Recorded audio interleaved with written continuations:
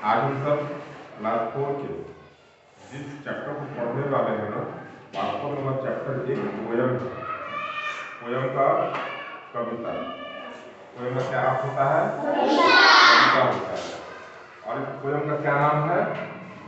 इसी black board पर लिखा गया है, ए फ्रेंड इन वंडरलैंड। ठीक है ना? क्या नाम है इस पोयम का? Friend in Wonderland.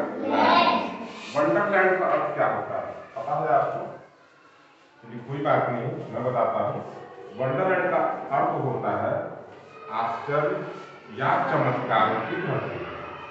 एक ऐसा देश, एक ऐसा दुनिया जो आश्चर्य से भरा हुआ हो और चमत्कारों से भरा हुआ हो। ठीक है ना? क्योंकि वंडर का अर्थ हमको पता है कि आश्चर्य होता है। तो वंडर के साथ जब लैंड जुड़ गया है, लैंड का अर्थ होता है भूमि या जमीन। ठीक है ना? तो वंडरलैंड का अर्थ क्या हो गया? आश्चर्य या चमत्कारों से भरा हुआ दुनिया, जगह, भूमि। ठीक है, चलिए अब देखिए क्या है बात में। पहला सेंटेंस बिल्कुल परिचित सेंटेंस है हमारा, वह क्या होता है? Do you know. जिसका अर्थ क्या हुआ? क्या जानते हैं। Have you ever written a letter? Ever का मतलब होता है कभी भी। एवर का मतलब कभी भी। Have you ever written a letter? क्या आपने आज तक कभी भी कोई पत्र लिखा है? लिखे हैं आप पत्र? आप पत्र नहीं लिखे हैं, लेकिन जब आप अपने माता पिता से पूछेंगे तो आपको यह पता चलेगा कि वे लोग पत्र लिखा करते थे। आप पत्र इसलिए नहीं लिख पाते हैं आज के समय में क्योंकि आपके पास न इतना वक्त है ना, और ना इतना देर तक आप इंतजार करना चाहते हैं। आप चाहते हैं कि आपका जो भी संदेश है, जो भी मैसेज है, वो फौरन दूसरी जगह पहुंच जाए। इसके लिए हम क्या करते हैं? आज मोबाइल का इस्तेमाल करते हैं। या तो मोबाइल से कॉल कर दिया हमने, या फिर मोबाइल पर कोई टेक्स्ट मैसेज कर दिया, व्हाट्सएप कर दिया। ठीक है ना? तो सूचनाओं का आदान प्रदान करना पुराने समय से ही अनिवार्य रहा, बहुत आवश्यक रहा। ठीक है? अलग बात है कि पहले हम सूचनाओं का आदान प्रदान पत्रों के माध्यम से किया करते थे, जबकि अब हम लोग क्या करते हैं? मोबाइल के माध्यम से करते हैं, कंप्यूटर के माध्यम से करते हैं। ठीक है, चलिए। Who brings letter to your home? आपके घर पर चिट्ठियों को लेकर के कौन आता है? कभी तो चिट्ठी आई है आपके घर पर? आई है? आप ध्यान में दीजिए, आप सारे बच्चों का आधार कार्ड एक व्यक्ति लेकर के आया था जो आपका डाकिया था, है ना? अपने थैले में बहुत सारे चिट्ठियों को लेकर के आया था, जिसमें से आपके लिए भी आपका आधार कार्ड का लिफाफा उसके पास था। ठीक है ना? और डाकिया को अंग्रेजी में क्या कहते हैं? पोस्टमैन। डाकिया क्या कहते हैं अंग्रेजी में? पोस्टमैन। पोस्टमैन अपने कर्म के प्रति बहुत सचेत और सजग होता है, बहुत ईमानदार होता है। अगर पोस्टमैन अपना काम को सही से न करे तो ऐसा हो सकता है कि कोई बहुत जरूरी पत्र हो, हमें टाइम पर ना मिले, है ना? वह पत्र हो सकता है हमारी नौकरी का भी हो, वह पत्र हो सकता है कि हमारी दादी के स्वर सुधार करने का खबर का भी हो सकता है ना। लेकिन आज तक कभी भी ऐसा लेट नहीं हुआ है, वो पत्र समय पर नहीं आया। चलिए आगे पढ़ते हैं। Read and enjoy. अब पढ़ना और क्या करना है? I wrote a letter to my friend. मैंने एक पत्र लिखा। राइट का अर्थ होता है लिखना। अब राइट का ही पास्ट पार्टिसिपल रोट हो गया, जिसका अर्थ होता है लिखा। I wrote a letter. मैंने क्या लिखा? एक पत्र लिखा। किसको लिखा? To my friend. अपने मित्र को मैंने एक पत्र लिखा। From my home to Wonderland. From my home. अब कहाँ से लिख रहे हैं पत्र को? अपने घर से। कहाँ से लिख रहे हैं? कहाँ के लिए लिख रहे हैं? वंडरलैंड के लिए लिख रहे हैं। ठीक है ना? जो प्रेषक होता है, जो पत्र को भेजने वाला होता है, उसका नाम जब भी लिखते हैं हम लोग डेवलपर तो फ्रॉम तक लिखते हैं, ठीक है। लेकिन प्रेषित जिसके लिए भेजा जा रहा है उसके लिए लिखते हैं हम लोग टू करके, ठीक है ना। अगर मेरे पास कोई पत्र कोई व्यक्ति भेजेगा तो टू मनोज कुमार, ठीक है ना। Assistant teacher US Belbigha Husainabad Palamu Jharkhand 822116। इतना एड्रेस जो मैंने बताया आपको इतना में और निश्चित रूप से चिट्ठी भारत के किसी भी कोने से मुझ तक पहुंच जाएगी, ठीक है। तो जब कभी भी पत्र को जो भेजता है ना उसको बोलते हैं प्रेषक। क्या बोलते हैं? प्रेषक। तो प्रेषक के लिए अंग्रेजी में फ्रॉम का इस्तेमाल करते हैं और प्रेषित जिसके लिए वह चिट्ठी भेजी जा रही है उसके लिए हमेशा टू का इस्तेमाल करते हैं, ठीक है। चलिए, put it in the paper box. चिट्ठी को लिख करके किसमें डाला गया है? कागज की पेटी में। पेटी का मतलब बॉक्स का मतलब पेटी भी होता है या बॉक्स का मतलब बक्सा भी आप जानते हैं, ठीक है ना। तो आप कागज की पेटी कहें, कागज का बक्सा का कोई अंतर नहीं होता। And drop it in the letter box. Drop मतलब डाल दिया, ड्रॉप का मतलब डाल दिया। एंड ड्रॉप इट और उसे डाल दिया, कहाँ डाल दिया? In the letter box. जो चिट्ठियों का जो पत्र पेटी कहलाता है ना उसको बोलते हैं लेटर बॉक्स, जो लाल कलर का होता है। प्रत्येक डाकघर में आपको वह लेटर बॉक्स दिखाई पड़ेगा, लाल रंग का होता है, ठीक है ना। बनावट कुछ इस प्रकार से होता है उसका।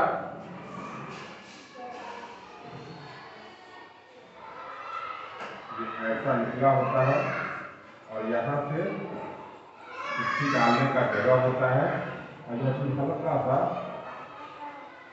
ढका होता है ताकि आसानी से कोई चिट्ठियों को निकाल ना सके, ठीक है ना। इसी पर लिखा रहता है लेटर बॉक्स। और यह कहाँ देख पाएंगे? डाकघरों में। आज भी चाहे वह डाकघर छोटा हो या बड़ा हो उसमें यह लेटर बॉक्स आपको दिखाई पड़ जाएगा जो बिल्कुल लाल रंग का होता है, ठीक है। चलिए आगे बढ़ते हैं। अ सिंसियर पोस्टमैन। सिंसियर का अर्थ क्या हो गया? ईमानदार, ठीक है ना। ऑनेस्ट का मतलब भी ईमानदार होता है, सिंसियर का मतलब ईमानदार के साथ साथ कर्तव्यनिष्ठ भी होता है, ठीक है ना। कर्तव्यनिष्ठ एक ऐसा व्यक्ति जो अपने काम के प्रति बहुत सचेत होता है उसको बोलते हैं सिंसियर, ठीक है। अ sincere postman took it out. एक ईमानदार पोस्टमैन डाकिया क्या करता है? इस लेटर बॉक्स में से पत्र को निकालता है, ठीक है। Search for the address near about. अब उस पत्र में जो पता लिखा गया, प्रत्येक पत्र का एक तरीका होता है भेजने का कि जिसमें आप अपना संदेश के साथ साथ कहाँ भेजना है आपको वह पता भी लिखते हैं, ठीक है ना। तो जब वह ईमानदार और कर्तव्यनिष्ठ डाकिया उन चिट्ठियों को निकाला तो उस पर लिखे गए पता को देखा और उस पता को अब आसपास अपने ढूंढना शुरू कर दिया, ठीक है। अब देखें क्या है? Got the address not so near. लेकिन वह जो पता लिखा गया था उसमें वह एड्रेस वह पता बहुत पास का नहीं था, वह पता काफी दूर का था। Delivered the letter to my dear. और जो मेरा प्रिय था, प्रिय वही था ना जिसको कि हमने पत्र लिखा है मेरा दोस्त, वह पत्र हमारा जो प्रिय मित्र था उसको डिलीवर्ड हो जाता है, मतलब उसको मिल जाता है, ठीक है। The letter reached her so late। हालांकि अलग बात है कि वह चिट्ठी थोड़े देर से पहुंचा था, ठीक है ना। मोबाइल थोड़ी ना है कि यहाँ से बटन दबा दिया और मैसेज वहां चला गया। हमने पत्र को अगर लिखा है तो लेटर बॉक्स में डाला, वहां से डाकिया निकालेगा और उस पत्र को वो सही एड्रेस खोज करके पहुंचाएगा तो इस काम में वक्त लगता है, ठीक है ना। तो लेटर क्या हुआ? कुछ देर से पहुंचा। She told the envelope in haste। तब क्या होता है, जो मेरी दोस्त है और क्या करती है, चूंकि लेटर का इंतजार उसको बहुत पहले से था, उसे इस बात का यकीन था कि पत्र आना है मेरे पास, पता नहीं क्यों नहीं आया अब तक, बेचारी परेशान थी, ठीक है ना।